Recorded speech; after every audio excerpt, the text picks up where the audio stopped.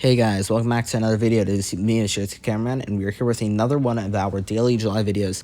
Today we're going to be talking about the Arrowverse Season 4 curse. So we are here at this point in time. This is late June. I just wrapped up all my Legends seasons, and at this point I've seen all Flash, Arrow, Legends, and I'm currently on Season 5 of Gotham. But I'm not going to be talking about Gotham Season 4 because I think that's the best season they've done. But for these three Arrowverse shows, in Arrow, it is the worst season. In DC Legends, it is not the worst, but it is one of the worst seasons.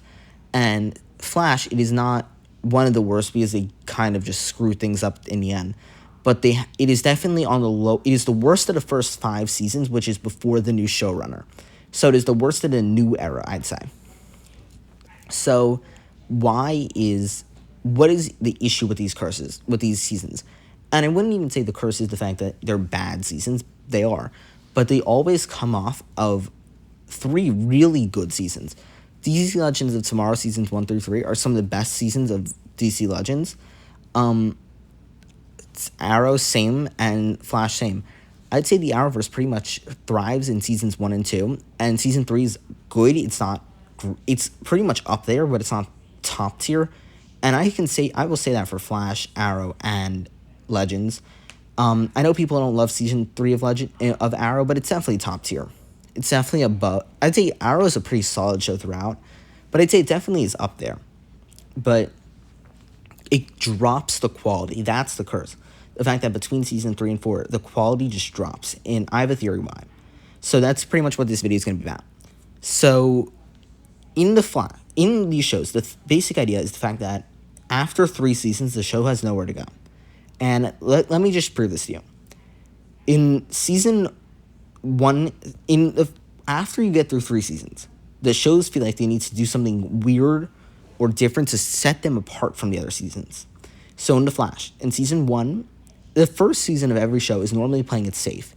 It normally isn't doing such a grand plot, and it normally isn't weird. It normally kind of tries to stay pretty much by the comics. It tries to do something pretty normal. For The Flash, that was Reverse Flash. It really did stay by the book and wasn't that crazy. With DC Legends, it was Vandal Savage, and they had a pretty basic plot. And with, what was the third one? Arrow, it was Malcolm Merlyn. Then, for season 2, they go a little grander. They normally do a darker villain in season 2, or they do a bigger threat. They do a villain that sometimes in Arrowverse, they'll go from a season where the villain the next season just isn't as big of a threat. But here they did a pretty big threat in season 2. They normally go a bigger threat. They do a more personal villain. They normally like doing a villain that really is personal to the hero. In season 2 of Legends, that was the Legion of Doom, but specifically that was Damien Dark to why am I forgetting these names? To Sarah, but the others were also pretty impactful on their lives.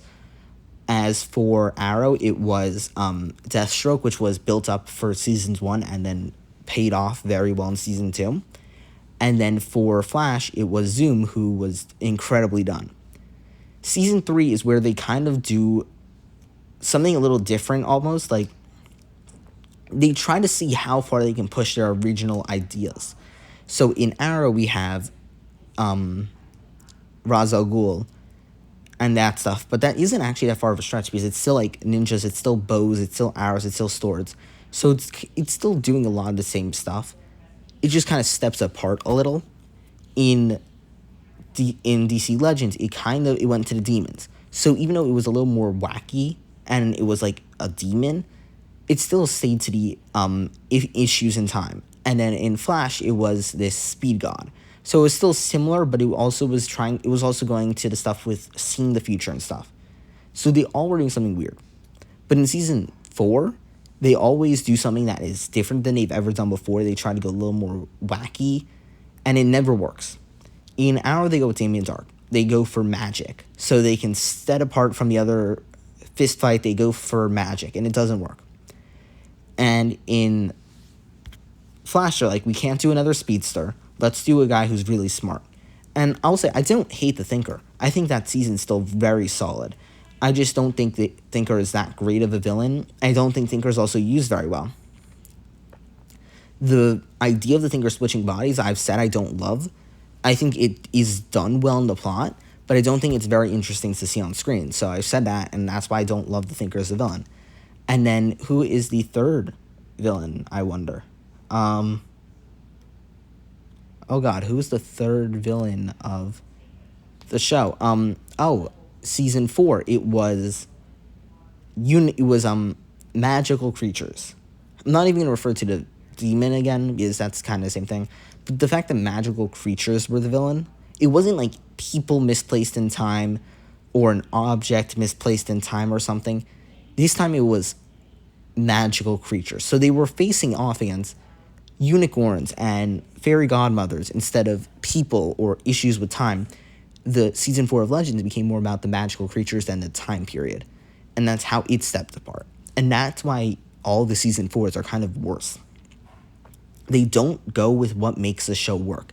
The Flash works because he has super speed and the villains have super speed. And it works because it's very fun to see speedsters go against each other and them trying to improve themselves to beat the other speedster.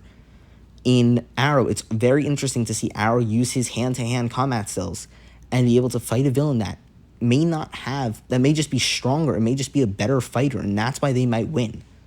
In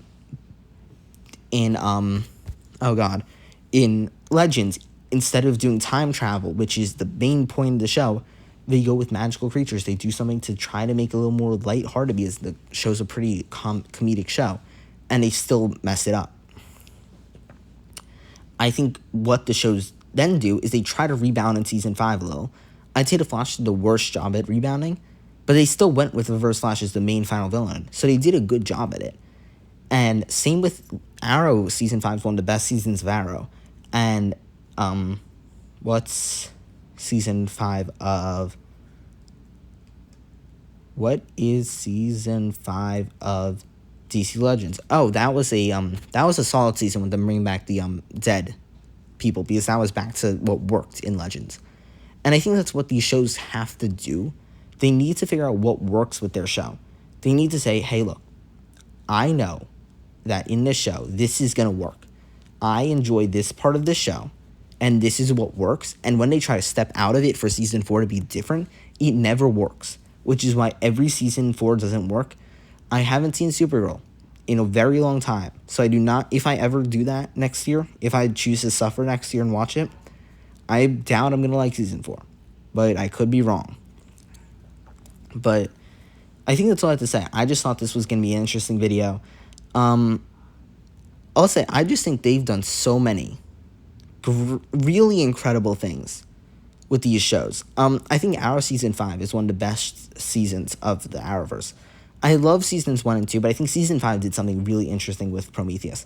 And again, it was a villain that matched Arrow, and I think that's what these shows need to do. If they somehow revive the Arrowverse or do another Arrowverse-esque thing on the DCU, they have to make the seasons step apart from each other. It can't be each season. They have to make the seasons different, yet still stick to what works. Because when they go to, let's do magic in a show about arrows, yeah, that's not going to work. I don't know how they thought that was going to work. So I think that's all I have to say. I just thought this could be an interesting topic to bring up. I know a lot of people have spoke about it, but I think it's just like, when you watch these shows, you see the dramatic jump, and then when you get to season 5, you'll see how they're really trying to fix it. Like, you do notice it very easily.